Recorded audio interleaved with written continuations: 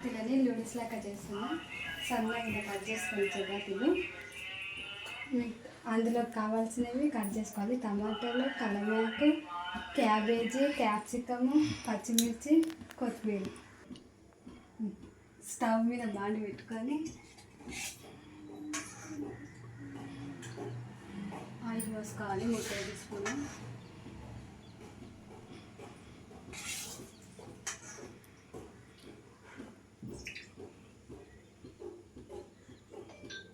ఇంకా జీలకర్ర ఆవాలు వేసుకోండి.